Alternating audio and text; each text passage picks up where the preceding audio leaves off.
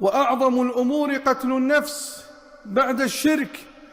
قال الله تبارك وتعالى: ومن يقتل مؤمنا متعمدا 5 أمور فجزاؤه جهنم خالدا فيها وغضب الله عليه ولعنه وأعد له عذابا عظيما. من يتحمل واحدة؟ عافانا الله وإياكم. كيف إذا كانت 5؟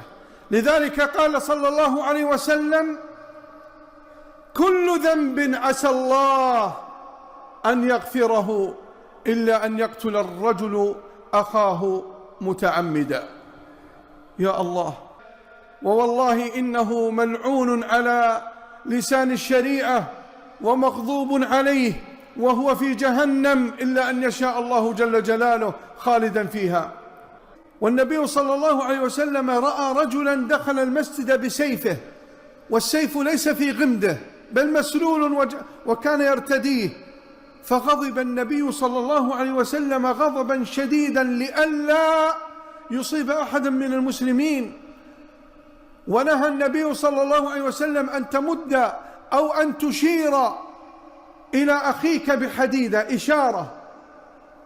فقال عليه الصلاة والسلام في حديث كثيرة: إن الملائكة تلعنه. الملائكة يوكلها الله في لعن ذلك الرجل الذي يشير إلى أخيه بحديدة، فهو ملعون تلعنه الملائكة. فكيف بمن يقتل الناس؟ كيف بمن يتجرأ على الناس، وخاصة الذي يتجرأ متعمدا؟